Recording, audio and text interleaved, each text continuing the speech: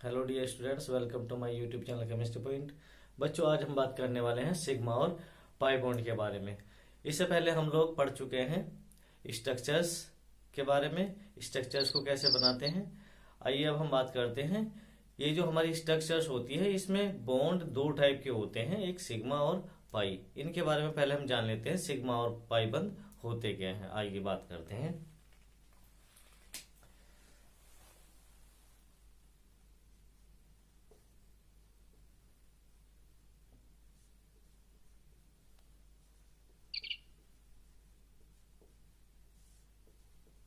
पहले सिग्मा बंध के बारे में बात करते हैं। सिग्मा बंध होता क्या है?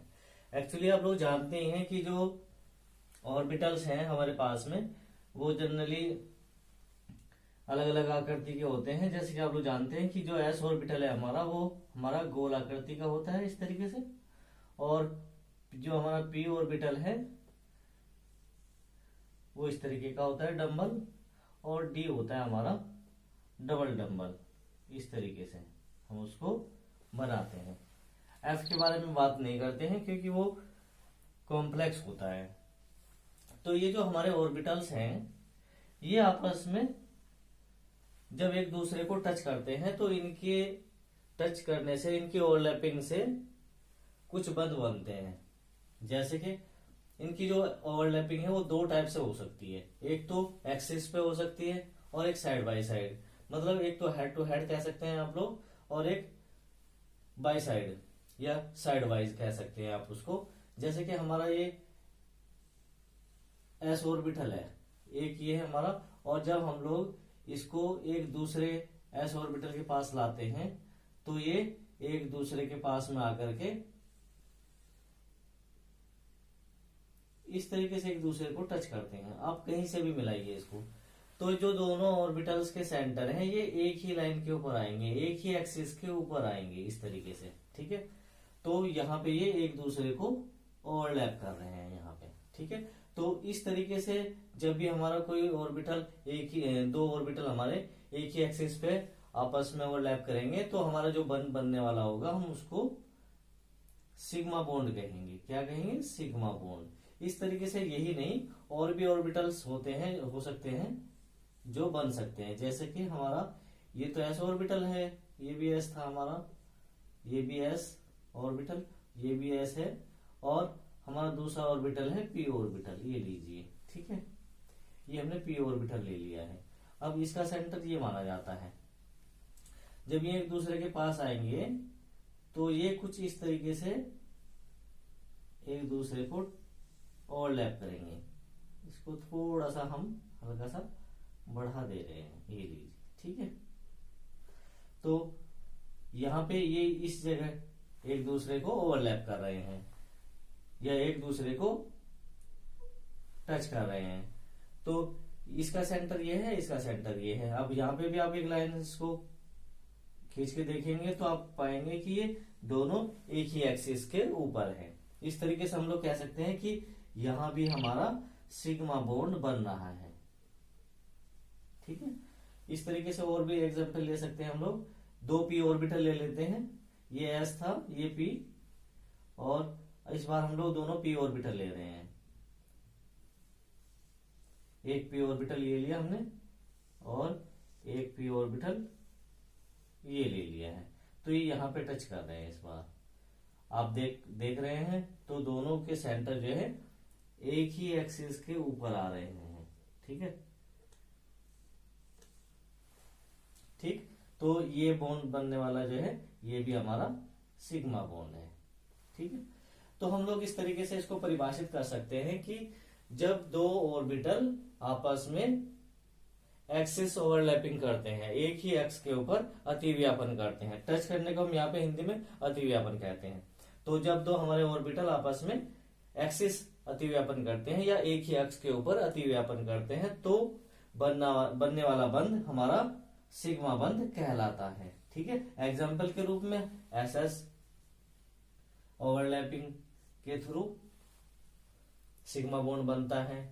एस पी अतिव्यापन के, एक एस और एक पी ऑर्बिटल के अतिव्यापन करने से सिग्मा बंध बनता है, यहाँ पे बना करके दिखाया है। और इस तरीके से हम लोग कह सकते हैं पी, दो पी ऑर्बिटल आपस में एक्सिस से अतिव्यापन करके सिग्मा बंध बनाते हैं। ये 3 एग्जाम्पल आपके यहाँ पे हो गए हैं। ठीक है, सॉरी यहाँ पे 2 है, यहाँ पे 3 है। ठीक, अब इसी तरीके से हम लोग बात करेंगे जो पाई बॉन्डिंग है उसके बारे में। पाई बंध,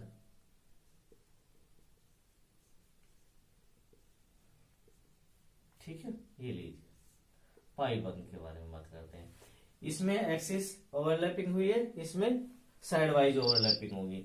इसमें जो जनरली हमारा डी वाले हैं और पी वाले हैं ऑर्बिटल वही पार्टिसिपेट कर सकते हैं, क्योंकि जो हमारा एस ऑर्बिटल है उसमें कोई दिशात्मक गुण होता ही नहीं है, वो एक बॉल की तरह है, उसको आप कहीं से भी यूज कर लिए, उसको तो केवल एसएस ओवरलैपिंग ही, सॉरी सिग्मा बॉन्डिंग ही बनानी है उसको। ठीक है, या वो हमारी यानी एक्सिस ओवरलैपिंग ही कर पाएगा। ठीक है, लेकिन जो हमारे पी ऑर्बिटल्स हैं वो साइड वाइज ओवरलैपिंग भी करते हैं, पार्शियल भी अतिव्यापन भी करते हैं, जैसे कि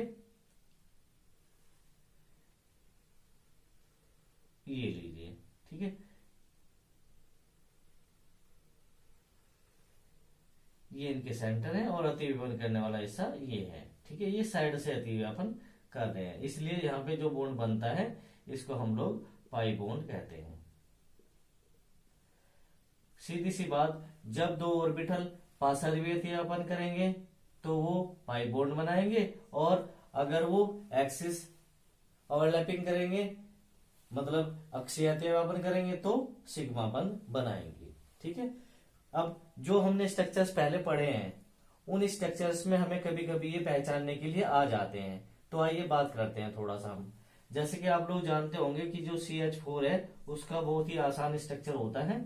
इसमें जो सेंट्रल एटम हमारा C है, C को हमने बीच में बनाया और फिर 4H हमने इसके चारों साइड में लगा दिए हैं। ठीक है, देखिए पहले हमें स्ट्रक्चर को आना ज्यादा जरूरी है। अगर हम लोग किसी कंपाउंड की स्ट्रक्चर जानते हैं तो केवल तभी हम लोग उसके जो सेंट्रल परमाणु है उसके ऊपर इन बॉन्ड को पहचान सकते हैं। ठीक है, अगर आपको ये बनाने नहीं आते हैं तो आप कुछ नहीं कर पाएंगे। ठीक है, तो जहां पे सिंगल बॉन्ड होता है, जो सिंगल बॉन्ड होता है वो हमेशा ही सिग्मा बंध होता है। तो एक सिग्मा ये है, एक सिग्मा ये, और एक ये। तो बताइए CH4 के अंदर कितने सिग्मा बंध हैं, तो आप लोग गिन करके बता देंगे कितने हैं। ठीक है, तो इसमें 4 हैं, 4 सिग्मा बॉन्ड है इसके अंदर, 4 सिग्मा बॉन्ड है। ठीक है, ये चीज आप लोग ध्यान रखेंगे। इस तरीके से और एग्जांपल ले रहे हैं, C2H4 का ले रहे हैं। ठीक है, एथिलीन जानते होंगे, आपने पढ़ा भी होगा स्कूल में। तो इसकी स्ट्रक्चर हम लोग कुछ इस तरीके से बनाते हैं, 2H इधर और 2H इधर, ये। अब इसमें सिंगल बॉन्ड कितने हैं, ये वाला है, ये भी वाला है, तो ये जितने भी सिंगल बॉन्ड है ये तो सिग्मा होंगे ही होंगे। अच्छा, जो डबल बॉन्ड होता है उसमें एक सिग्मा होता है और एक पाई बॉन्ड होता है, तो इसमें कितने हुए, पहले नंबर का जो है सिग्मा बॉन्ड, जो है सिग्मा बॉन्ड, वो कितने हैं इसके अंदर, 1 2 3 4 5, इसके अंदर 5 सिग्मा बॉन्ड है हमारे। और पाई बॉन्ड कितने हैं, वो सिर्फ 1 है। ठीक है, तो इस तरीके से हमसे कोई भी मतलब एक सवाल पूछ लिया जाएगा।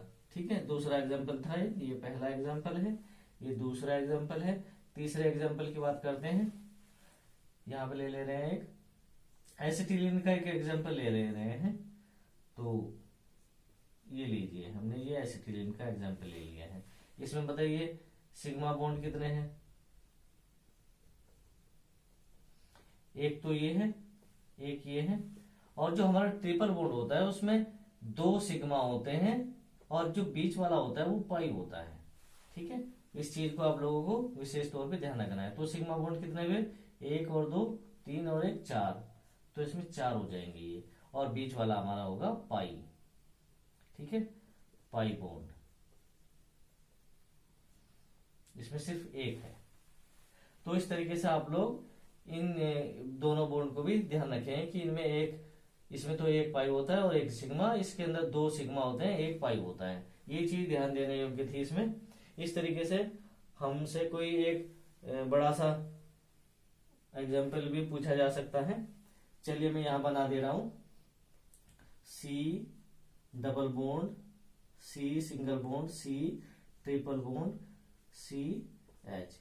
देखिए हर कार्बन की वैलेंसी 4 होती है, इसके पास कुछ नहीं लगेगा, इसके पास एक खाली है, तो यहाँ पे एक एच लगा देते हैं। ठीक है, यहाँ पे 2 एच लगा देते हैं, एक एच इधर, एक एच इधर। बताइए इसके अंदर कितने सिग्मा है और कितने पाई बंद है। ठीक है, तो मैं लिख दे रहा हूं, ये भी सिग्मा होगा, ये भी सिग्मा। जैसे कि हमने यहाँ पे पढ़ा, जो हमारा डबल बॉन्ड होता है उसके अंदर एक सिग्मा होता है और एक पाई बॉन्ड होता है। तो इसमें एक सिग्मा हो गया और एक पाई बॉन्ड। ये भी सिग्मा है, ये भी सिग्मा है, ये भी सिग्मा और इसके नीचे भी सिग्मा, इसके अंदर ये वाला पाई बॉन्ड। ठीक है, और ये भी हुआ सिग्मा। ठीक है, अब आप गिन करके इनको लिख दीजिएगा। ठीक है, हेलो डियर स्टूडेंट्स, आइए अब हम बात करते हैं संकरण के बारे में। संकरण होता क्या है इसके बारे में पढ़ते हैं। लेकिन मैं इससे पहले एक चीज आपको कहना चाहूंगा कि जितने भी हमारे ये डॉटेड स्ट्रक्चर्स थे जो आप लोग हम पिछले पार्ट में पढ़ चुके हैं, उनको आप अच्छी तरीके से तैयार जरूर कर लीजिएगा, क्योंकि ये टॉपिक हमारा ऐसा है, अगर आप लोग स्ट्रक्चर जानते हैं, उसकी आकृति जानते हैं, तभी आप संकरण को समझ पाएंगे। एक्चुअली होता क्या है कि जो हमारे सहसंयोजक बंध है और उप सहसंयोजक बंध है, उनकी आकृति, उनकी ये कहिए कि ज्यामितीय आकृति बिल्कुल निश्चित होती है। ठीक है, अब उसकी वजह से ही हम लोग ये पहचान पाते हैं कि उसके अंदर कौन सा संकरण होता है। एक्चुअली होता क्या है कि जब हमारे ऑर्बिटल्स आपस में एक दूसरे के साथ में अतिव्यापन करते हैं, तो वो सिंगल, डबल बॉन्ड या फिर ट्रिपल बॉन्ड वगैरह बनाते हैं, जिनकी जो मोमेंट है वो सेंट्रल परमाणु के सापेक्ष बिल्कुल स्थिर रहती है। मतलब यूं कहिए कि मोमेंट होती ही नहीं ज्यादा। ठीक है, उनकी पोजीशन स्थिर रहती है। ठीक है, उसी के हिसाब से हम लोग डिसाइड करते हैं कि इसके अंदर कौन सा संकरण है। ठीक है, आइए बात करते हैं। जैसे कि हम लोग जानते हैं कि जो हमारा एस ऑर्बिटल है ये वाला, और एक पी ऑर्बिटल है। ठीक है, दोनों अलग अलग एनर्जी के ऑर्बिटल हैं, या फिर कहिए कि दोनों की एनर्जी लगभग समान है, या फिर एनर्जी का अंतर बहुत ही कम है। और जब दो ऑर्बिटल हमारे आपस में मिलकर के उतने ही ऑर्बिटल, बल्कि यूं कहिए कि जितने ऑर्बिटल आपस में मिलेंगे उतने ही ऑर्बिटल नए बनाएंगे, तब इस घटना को हम लोग संकरण कहेंगे। क्या कहेंगे? संकरण। बिल्कुल, देखो यहाँ पे दो मिले हैं तो दो ही बने हैं। इनको हम लोग ऐसे की बजाय इस तरीके से भी लिख सकते हैं। ये एक है हमारा और दूसरा ये है, लेकिन ये एक दूसरे के बिल्कुल पास है, जुड़े हुए हैं। ठीक है, मैं लिख दे रहा हूं संकरण, हाइब्रिडाइजेशन।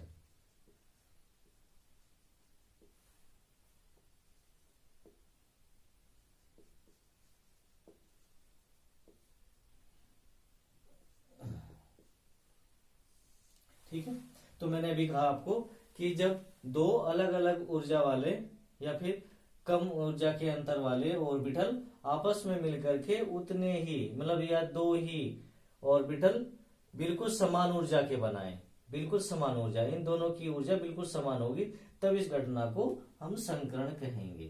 क्या कहेंगे? संकरण। ठीक है, इसमें हमने एक बार फिर मैं कह दे रहा हूं कि जरूरी नहीं दो ही हों, ज्यादा भी हो सकते हैं। ठीक है, और इसके आधार पे ही हम लोग इसको कई टाइप से डिवाइड कर सकते हैं। जैसे कि हम लोग इसको कह सकते हैं कि यह कई प्रकार का होता है, यह कई प्रकार का होता है। जैसे sp, sp2, sp3, sp3d,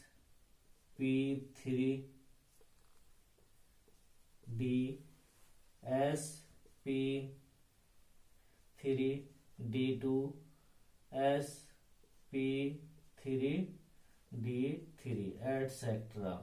ठीक है, इस तरीके से बहुत सारे टाइप का ये संकरण हमारा होता है। अब इसमें से हम लोग जैसे कि बात करते हैं sp संकरण की।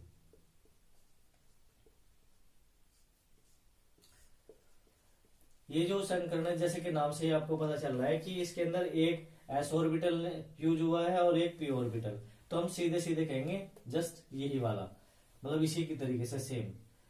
जब जब हमारे एक s ऑर्बिटल और एक p ऑर्बिटल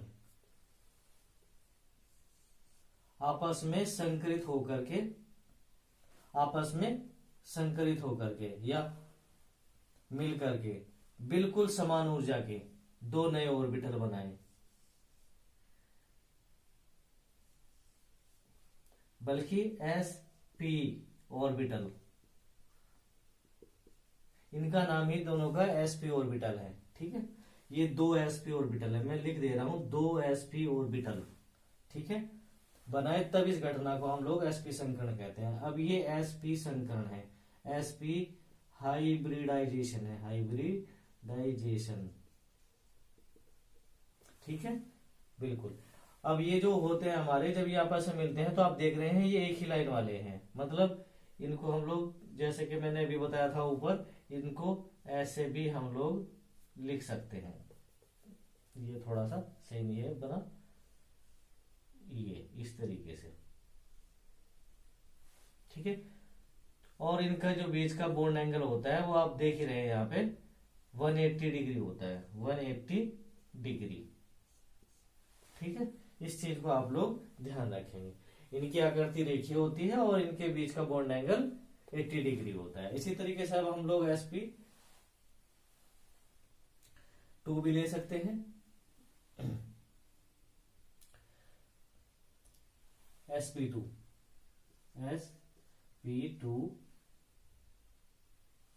संकरण।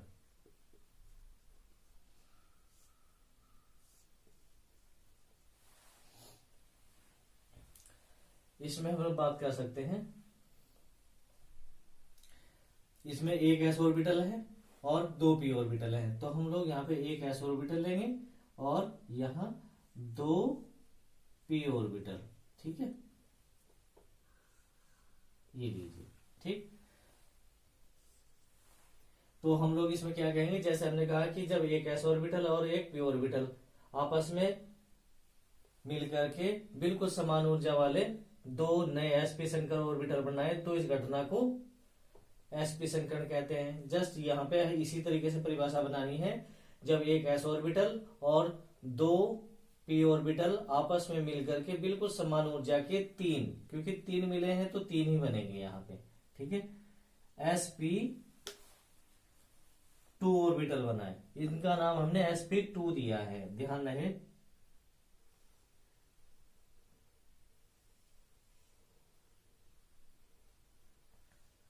ये इस तरीके से। ठीक है, ये तीन है, तीन sp2 ऑर्बिटल।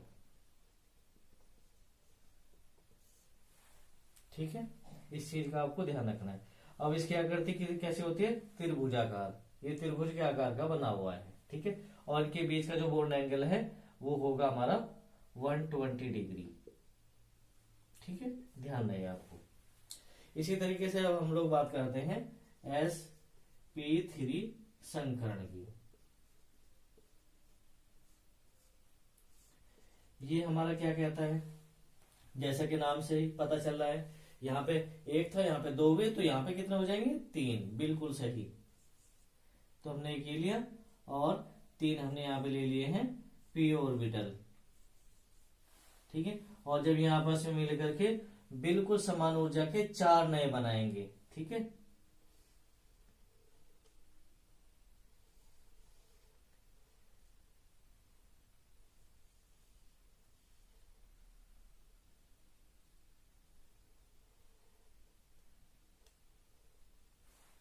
ये टेट्राहेड्रल स्ट्रक्चर है,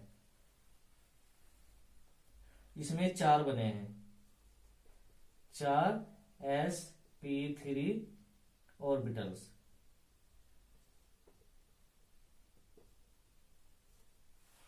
ठीक है, तो इसका नाम है हमारा sp3 संकरण। इसका नाम क्या था? sp2 संकरण। परिभाषा हमने इसकी क्या बनाई?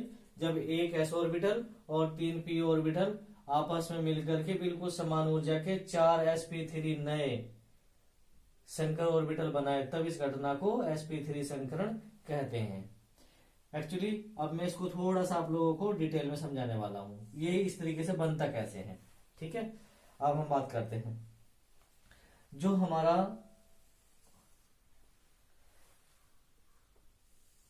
मेथेन का परमाणु है, सॉरी अणु है CH4, इसमें होता क्या है कि जो हमारा सेंट्रल एटम है कार्बन, आप जानते हैं कि इसका एटॉमिक नंबर 6 होता है और इसका हम इलेक्ट्रॉनिक विन्यास 1s2 2s2 2p0 ऐसे कर सकते हैं। ठीक है, ये जो हमारा यहाँ पे सिचुएशन बनी है, इसको आप लोग शो कर सकते हैं इस तरीके से। इसमें 2 ऑर्बिटल हैं, इसके अंदर भी हमारे 2 ऑर्बिटल हैं। ठीक है, और इसके अंदर हमारा 4 ही तो हुए हैं, इसमें भी 2 और आएंगे। ठीक है, 2 ऑर्बिटल ये लीजिए। ठीक है, तो इसमें 2 ऑर्बिटल इस तरीके से यहाँ पे शो कर दीजिए। ठीक है, तो ये हमारा इस तरीके का इलेक्ट्रॉनिक कॉन्फ़िगरेशन है। ये हमारा ग्राउंड स्टेट में है, मतलब आध अवस्था में, आध अवस्था, ग्राउंड स्टेट हम इसको बोलते हैं। यहां पे ये अभी नॉर्मल स्टेज में है अपनी। जब इसको एनर्जी मिलती है तो इसके बाहर के s उपकोष का एक इलेक्ट्रॉन हमारा यहां से एक्साइट होकर के वो इधर चला जाता है। ठीक है, तो हम लोग इसको ऐसे शो कर सकते हैं। हम लास्ट वाली सेल को ही शो करेंगे, इस वाली को ही बस, केवल इसको छोड़ रहे हैं। यहाँ पे एक इलेक्ट्रॉन रह जाएगा और यहाँ पे हमारे तीनों ऑर्बिटल भरे हुए हो जाएंगे। ठीक है, तीनों में एक एक इलेक्ट्रॉन हो जाएगा। इस स्टेज को हम कहते हैं उत्तेजित अवस्था, उत्तेजित अवस्था, एक्साइटेड स्टेट।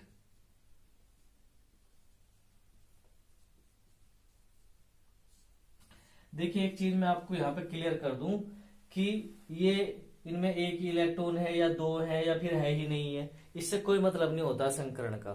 ठीक है, इसमें आधे भरे हुए हो, पूरे भरे हुए हो या वो बिल्कुल खाली हो, संकरण इसके ऊपर डिपेंड नहीं करता है। वो केवल ऑर्बिटल को आपस में मिलाने के ऊपर डिपेंड होता है। मतलब ऑर्बिटल जितने भी आपस में मिल जाएं, उसी से हमारा संकरण माना जाता है। ठीक है, तो यहाँ पे जो CH परमाणु है हमारा, इसमें 4 हाइड्रोजन जो परमाणु हैं हमारे, वो एक एक इलेक्ट्रॉन शेयर करके इसमें जो 4 परमाणु है वो कहाँ जुड़ेंगे आकर के, वो अपना एक एक इलेक्ट्रॉन यहाँ पे देंगे। ठीक है, यहाँ पे। ठीक है, तो इससे 4 परमाणु जुड़ पाएंगे क्योंकि हाइड्रोजन के पास में एक ही इलेक्ट्रॉन होता है। इस तरीके से जब वो कार्बन के साथ में जुड़ना होता है तो वो इस तरीके से शेयरिंग करते हैं कार्बन के साथ में, और हमारी जो स्ट्रक्चर है वो बन जाती है इस टाइप की। अब जो s ऑर्बिटल, मतलब इसका जो एक इलेक्ट्रॉन है वो किस में होता है वो आप देख सकते हैं। इसका परमाणु क्रमांक 1 होता है और 1s1 होता है, और ये हमारा इस तरीके से हम इसको शो कर सकते हैं। और जनरली आप जानते हैं कि s ऑर्बिटल की आकृति हमारी गोल होती है। ठीक है, और ये वाला p ऑर्बिटल है। ठीक है, तो इसकी आकृति कैसी होती है, इसकी आकृति कैसी होती है p की, इसकी डंबर होती है। ठीक, तो जब ये शेयरिंग करेगा तो इससे पहले ये सारे के सारे ऑर्बिटल आपस में संकरित हो चुके होंगे। ठीक है, लेकिन जब तक इसमें इलेक्ट्रॉन शेयर नहीं किए गए होंगे, या यूं कहिए कि मैं इसमें से ये वाला डॉटेड इलेक्ट्रॉन हटा ही दे रहा हूं। ठीक है, ये लीजिए, मैंने इसको हटा दिया है। अब पहले इनमें sp3 संकरण होगा, ठीक है। और संकरण के फलस्वरूप हमारी जो आकृति है वो ये वाली बनेगी।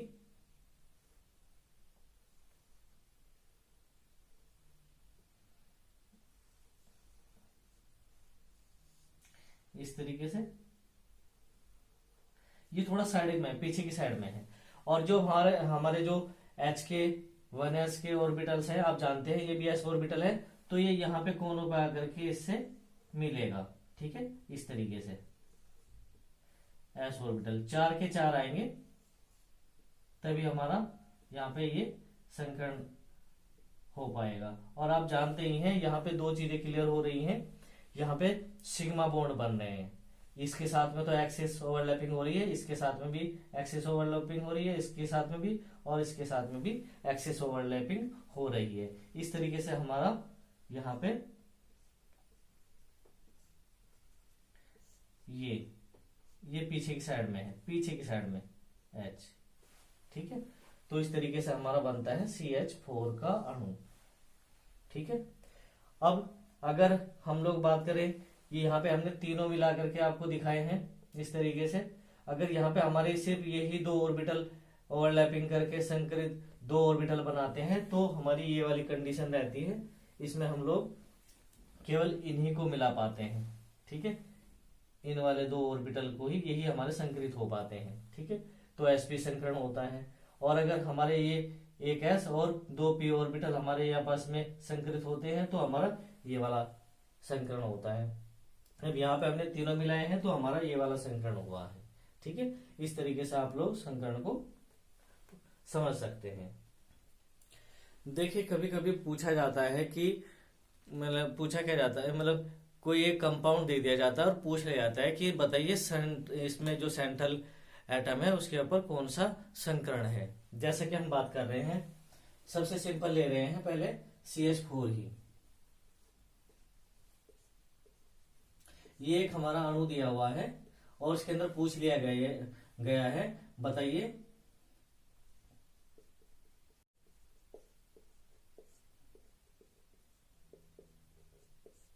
कार्बन के ऊपर कौन सा संकरण है।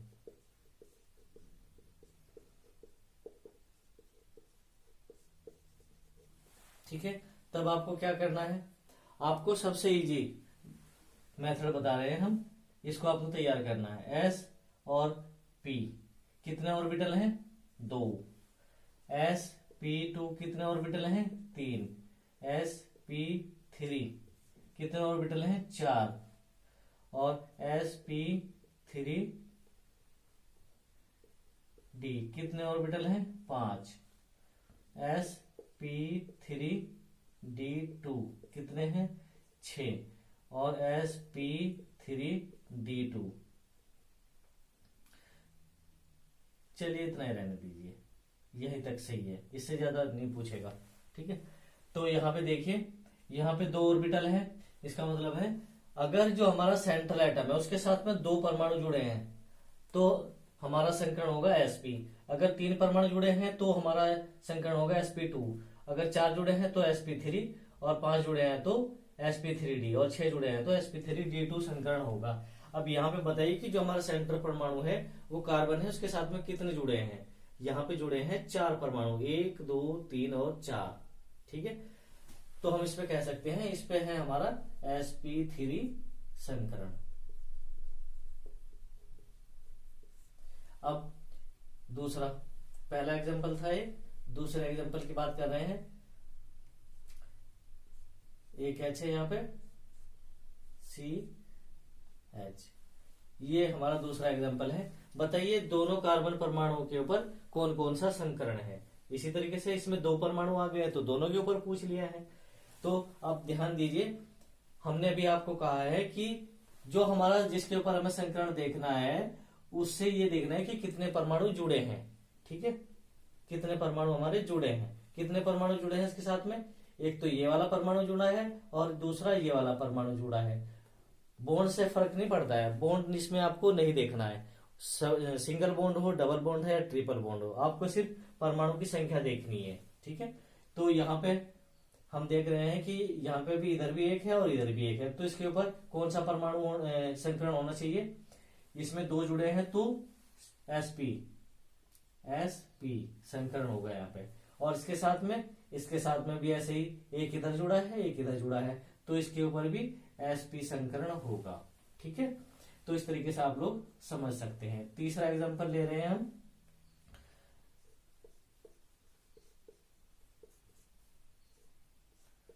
ये है हमारा तीसरा एग्जांपल। इसमें बताइए 2 कार्बन परमाणुओं के ऊपर कौन सा संकरण है। तो हमारा जो पहला कार्बन है ये वाला, इसके ऊपर कितने परमाणु जुड़े हैं, 1, 2 और 3। इसके ऊपर 3 जुड़े हैं। एक तो ये जुड़ा है डबल बॉन्ड से, और दोनों ये एक एक सिंगल बॉन्ड से जुड़े हुए हैं, तो 3 जुड़े हैं। तो देखिए 3 परमाणु कहाँ जुड़े हैं, 3 ऑर्बिटल्स की कंडीशन ये वाली है। ठीक है, 3 जुड़े हैं, तो यहाँ पे संकरण कौन सा होगा, sp2। इधर भी हमारा होगा sp2, क्योंकि 1, 2 और 3 इस तरीके से ही sp2। तो हम लोग कह सकते हैं कि दोनों कार्बन परमाणुओं के ऊपर यहाँ पे sp2 संकरण है। इस तरीके से और भी ले सकते हैं।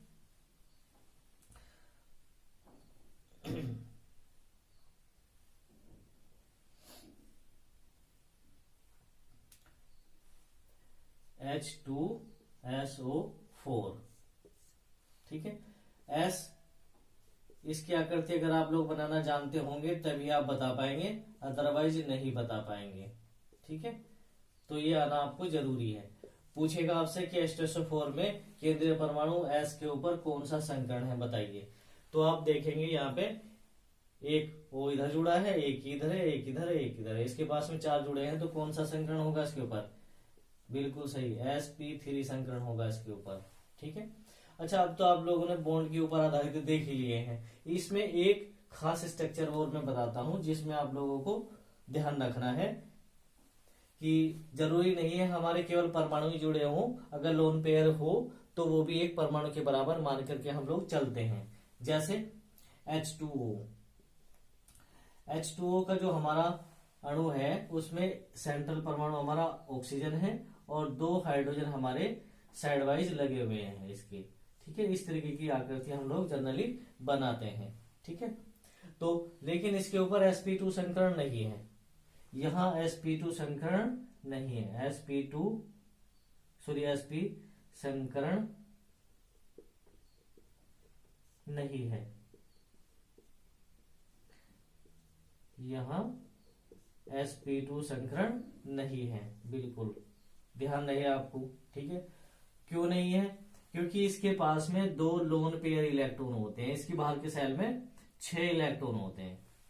तो आपको ध्यान रखना है कि जो हमारा सेंट्रल एटम है हमारा, उसके बाहर कोई लोन पेयर इलेक्ट्रॉन तो नहीं है। अगर उसके पास में लोन पेयर इलेक्ट्रॉन है तो एक पेयर को हम एक परमाणु के बराबर मान करके चलेंगे। तो यहाँ 2 हैं, तो इस तरीके से हमने इनको 2 मान लिया है परमाणु। ठीक है, और 2 हमारे पास में पहले से जुड़े हुए हैं, तो इसलिए यहाँ पे होगा हमारा टोटल 4। ठीक है, तो इसलिए हम लोग कहेंगे यहाँ पे sp3 संकरण। और भी हैं ऐसे बहुत सारे एग्जांपल्स हो सकते हैं। NH3 अमोनिया का, N इसके पास में 5 इलेक्ट्रॉन होते हैं, अगर आपको पता हो तो। इस तरीके से एक तो इधर जुड़ा रहता है इसके साथ में, एक इधर और एक इधर, और एक लोन पेयर इलेक्ट्रॉन हमारा बचा रहता है। तो इसमें भी होगा sp3 संकरण, क्योंकि एक हम लोग इसको मान लेंगे और 3 हमारे यहाँ पे जुड़े हुए हैं। ठीक है, sp3 संकरण। ठीक है, तो इस तरीके से आप लोगों को ध्यान रखना है। HCl में बताइए,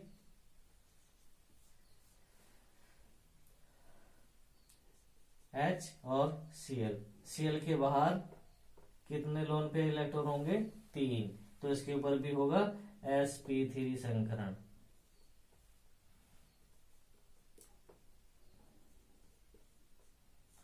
मैं समझता हूं कि शायद ये चीज आप लोगों को समझ आ गई होगी। अब बात करते हैं हम लोग valency shell electron pair repulsion theory. ये थ्योरी हमारी क्या कहती है, ध्यान दीजिए मेरी बात को। एक्चुअली हमारे पास में कुछ अणु ऐसे हैं जिनमें जो सेंट्रल परमाणु है उसके ऊपर sp3 संकरण होता है, जैसे कि अमोनिया को ले रहे हैं, सॉरी पहले तो हम लोग मेथेन को ले रहे हैं, ठीक है, CH4 का जो हमारा परमाणु है, आप जानते हैं कि जो हमारा C है वो इस तरीके से जुड़ा रहता है, ये स्टैंडर्ड स्ट्रक्चर है इसका, ठीक है। यहां इन दो कोई से भी ले लीजिएगा आज, उनके बीच में 109 डिग्री 28 मिनट का एंगल रहता है, ठीक है। लेकिन इसके ऊपर जो संकरण है वो sp3 है, sp3।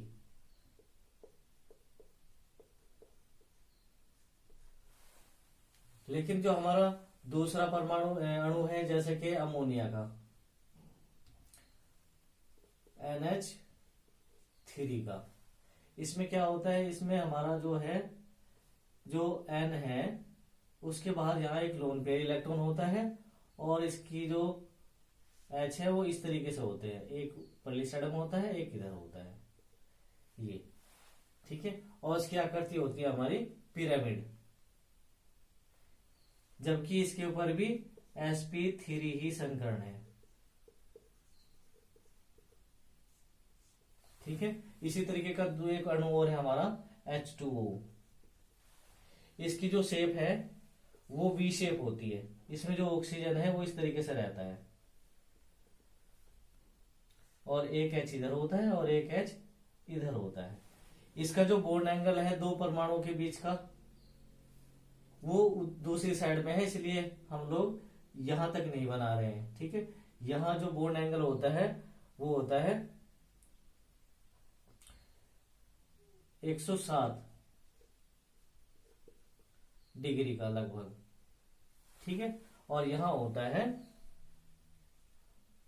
लगभग 105 डिग्री, ठीक है।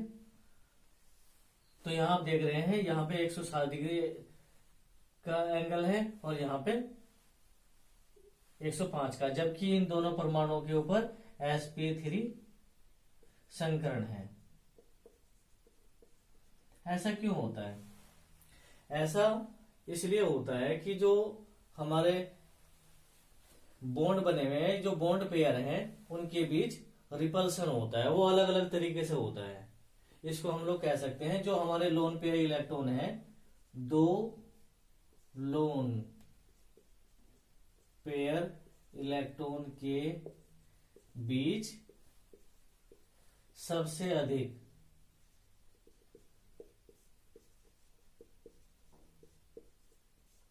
रिपल्सन होता है, प्रतिकर्षण होता है, प्रतिकर्षण होता है,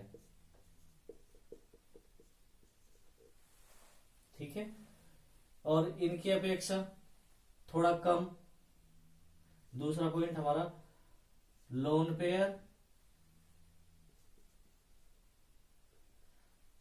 इलेक्ट्रॉन व बॉन्ड पेयर इलेक्ट्रॉन, मतलब एक तो ये बॉन्ड वाला और एक ये लोन पेयर इलेक्ट्रॉन, इनमें थोड़ा कम प्रतिकर्षण होता है, थोड़ा कम प्रतिकर्षण होता है, ठीक है। और तीसरे नंबर पे सबसे कम प्रतिकर्षण होता है बॉन्ड पेयर इलेक्ट्रॉन के बीच में, दो बॉन्ड पेयर इलेक्ट्रॉन के बीच बहुत कम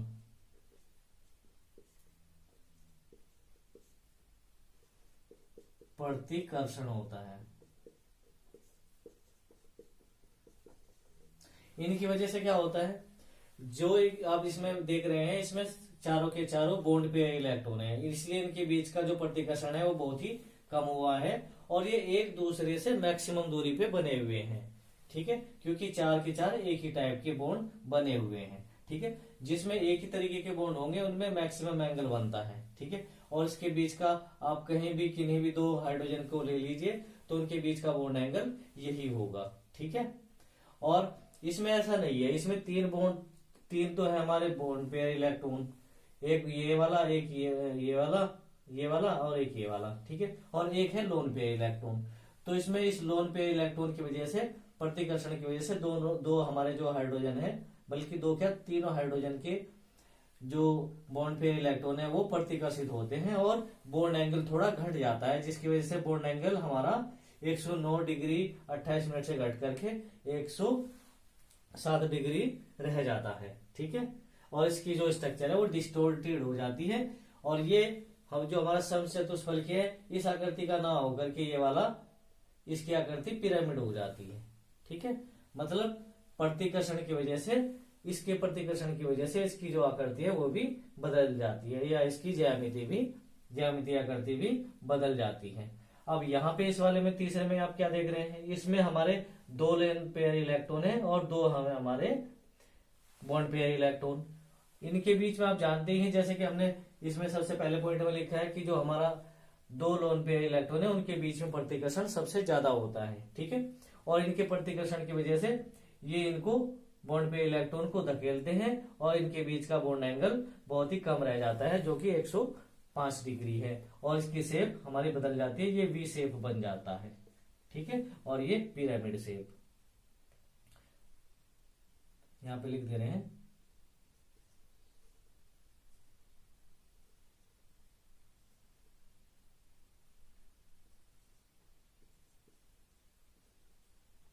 ठीक है, ये वी शेप है, ये टेट्राहेड्रल है।